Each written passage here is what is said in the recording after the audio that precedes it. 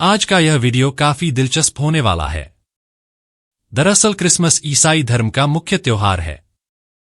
हर साल 25 दिसंबर को इस त्योहार को पूरी दुनिया भर में बड़े ही हर्षोल्लास के साथ मनाया जाता है। लेकिन क्या आपको पता है, सेवेंथ डे एडवेंटिस्ट चर्च आखिर क्यों नहीं मनाता क्रिसमस? क्रिसमस नहीं मनाने के पीछे उनका क्या तर्क है? और क्रिसमस का त्योहार 25 दिसंबर को ही क्यों मनाया जाता है? इसके पीछे की कहानी क्या है? इसके अलावा हम जानेंगे क्रिसमस ट्री की पूरी हिस्ट्री। तो बने रहिए हमारे साथ। ईसाई धर्म की कथाओं के मुताबिक क्रिसमस पर प्रभु यीशु मसीह का जन्म हुआ था। ईसाई धार्मिक मान्यताओं के अनुसार प्रभु यीशु बैतलहम में मैरी और जोसेफ के घर जन्मे थे। पहली बार 221 ईस्वी में सेक्सटस जूलियस अफ्रीकानस ने यह फैसला किया था कि 25 दिसंबर को जीसस क्राइस्ट का जन्मदिन मनाया जाएगा। तब से ही 25 दिसंबर को विश्व भर में क्रिसमस मनाया जाता है। वहीं रोमन लोगों का मानना है कि 25 दिसंबर को सूर्य जन्म लेते हैं। कहा यह भी जाता है कि जीसस क्राइस्ट की मां मैरी ने 25 मार्च को गर्भ धारण किया था। इसके ठीक 9 महीने बाद यानी 25 दिसंबर को प्रभु यीशु का पहला कदम पड़ा था। अब ये जान लीजिए कि आखिर क्रिसमस पर प्रभु यीशु जन्मे थे, तो आखिर लोग इस दिन को सेंटा क्लॉज के नाम पर क्यों मनाते हैं? इस सवाल का जवाब भी एक कहानी में मिलता है। दरअसल सेंटा क्लॉज का असली नाम ये नहीं है जो पुकारा जाता है। सेंटा क्लॉज का असली नाम सांता निकोलस है। इस कहानी की शुरुआत 280 ईस्वी में होती है। सांता अपनी मिसेज क्लॉज के साथ उत्तरी ध्रुव पर निवास करते थे। वो बहुत ही खुशमिजाज व्यक्ति थे। उनका मन दया का सागर था। सांता निकोलस लोगों और बीमारों की सहायता के लिए घुमा करते थे। यही नहीं, उन्होंने गरीबों और बेसहारा की सहायता में अपनी पूरी संपत्ति न्योछावर कर दी। सांता ने अपनी पूरी संपत्ति अपनी 3 बहनों के दहेज में दे दी।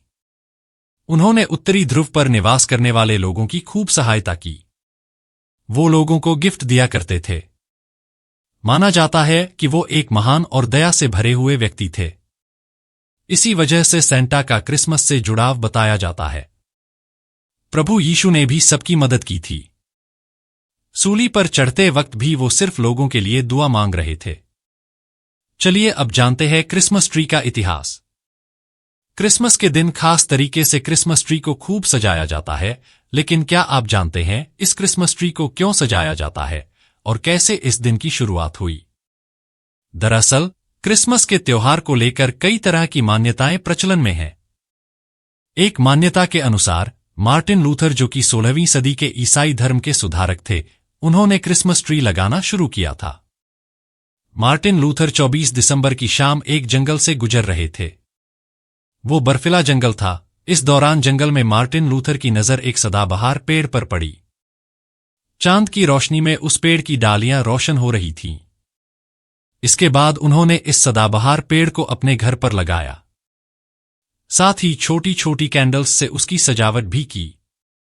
इसके बाद उन्होंने जीसस क्राइस्ट के जन्मदिन पर भी इस सदाबहार पेड़ को सजाया और इसे कैंडल्स से रोशन किया।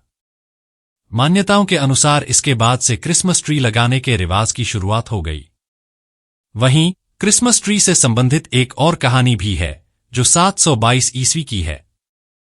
माना जाता है कि सबसे पहले क्रिसमस ट्री लगाने और सजाने की शुरुआत जर्मनी ने की थी। एक बार जर्मनी के सेंट बोनिफेस को मालूम हुआ कि कुछ लोगों द्वारा एक बच्चे की कुर्बानी की तैयारी की जा रही है। लोग विशाल ओक ट्री के नीचे बच्चे की कुर्बानी देंगे। इस बात की खबर लगते ही सेंट बोनिफेस ने बच्चे को बचाने की खातिर ओक ट्री को काट दिया।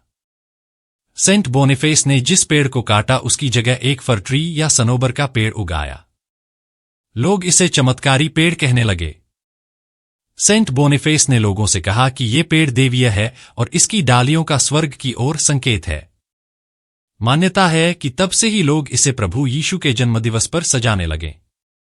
वहीं एक ओर जहां पूरा विश्व 25 दिसंबर को प्रभु यीशु मसीह का जन्मदिन मनाता है, तो वहीं दूसरी ओर झारखंड की राजधानी में एक चर्च ऐसा भी है जहां क्रिसमस नहीं मनाया जाता। सेवेंथ डे एडवेंटिस्ट नामक इस चर्च के अनुयायी यह मानते हैं कि बाइबल में ईसा मसीह के जन्म की तारीख नहीं दी गई है। इसलिए धार्मिक दृष्टिकोण से क्रिसमस के अवसर पर चर्च में विशेष प्रार्थना या समारोह का आयोजन करना कहीं से उचित नहीं है। सेवेंथ डे एडवेंटिस्ट चर्च की पश्चिमी झारखंड इकाई के अध्यक्ष पास्टर सुजल किस्कू कहते हैं कि क्रिसमस पर विशेष प्रार्थना करना इतिहास के किसी राजवंश की कहानी को ईसाईयत के आध्यात्मिक आदर्शों पर थोपना है। इसलिए सेवेंथ डे एडवेंटिस्ट चर्च ईसा का जन्मोत्सव मनाने से परहेज करता है। पास्टर सुजल कहते हैं कि ईसा मसीह की जीवनी न्यू टेस्टामेंट में मार्क्स, मैथ्यू, ल्यूक और जॉन द्वारा लिखित सुसमाचारों में है। इनमें से किसी ने ईसा के जन्म की तारीख नहीं बताई है। न्यू टेस्टामेंट में ईसा के बाद के कई सौ साल बाद तक ईसाईयत के प्रचार का उल्लेख मिलता है। इनमें से कहीं भी क्रिसमस मनाने की चर्चा नहीं है। इसलिए किसी खास दिन उनकी विशेष प्रार्थना के बजाय हर दिन होनी चाहिए। पास्टर सुजल किस्कू दावा करते हैं कि इतिहास में वर्णित एक प्रमुख तारीख को ईसा के जन्म दिवस के रूप में थोपा गया है। पास्टर के अनुसार बेबीलोन के इतिहास और दंत कथाओं में निम्रोद नामक एक राजा था। उसके दरबारियों ने उसके बेटे मितर्स को चमत्कारी कहना शुरू कर दिया। मितर्स का जन्म 25 दिसंबर को हुआ था। इसलिए जनता को मितर्स का जन्मदिन मनाने और उसकी पूजा के लिए बाध्य किया गया। सालों साल की यह परंपरा ईसाईयत ग्रहण करने के बाद भी बरकरार रही। बेबीलोन से यह रोम पहुंचा। रोमन सम्राट कांटिस्टाइन के ईसाई धर्म को राजधर्म घोषित करने के बाद 25 दिसंबर को ईसा का जन्मदिन क्रिसमस के रूप में मनाया जाने लगा। वहीं निम्रोद की पत्नी और बेटे की मूर्ति को लोग मदर मेरी और जीसस की मूर्ति मानकर घरों और सार्वजनिक जगहों पर स्थापित करने लगे। इस तरह 25 दिसंबर ईसा मसीह के जन्मोत्सव और फिर सांता क्लॉज के उपहार और ऐसी ही कई चीजों के साथ मिलकर ईसाई धर्म के सबसे बड़े धार्मिक त्योहार का रूप ग्रहण करता चला गया। पश्चिमी देशों के उपनिवेश रहे इलाकों में गैर ईसाई भी जोर शोर से इसे मनाने लगे। वहीं नॉर्थ वेस्टर्न जीएल चर्च के आर्च बिशप राजीव सतीश टोप्पो ने यीशु के जन्मदिन पर कहा कि हमारे विद्वान पूर्वजों के द्वारा 25 दिसंबर को भगवान यीशु मसीह के जन्म दिवस के रूप में मनाने की परंपरा आरंभ की गई है। यह दिन विश्वासियों के लिए पवित्र दिन है। विश्वासी इस दिन को क्रिसमस डे के रूप में मनाते हैं। धार्मिक परंपरा पर किसी प्रकार की टिप्पणी करना उचित नहीं होगा। तो फिलहाल के लिए बस इतना ही। यह वीडियो आपको कैसी लगी यह हमें कमेंट बॉक्स में जरूर बताएं।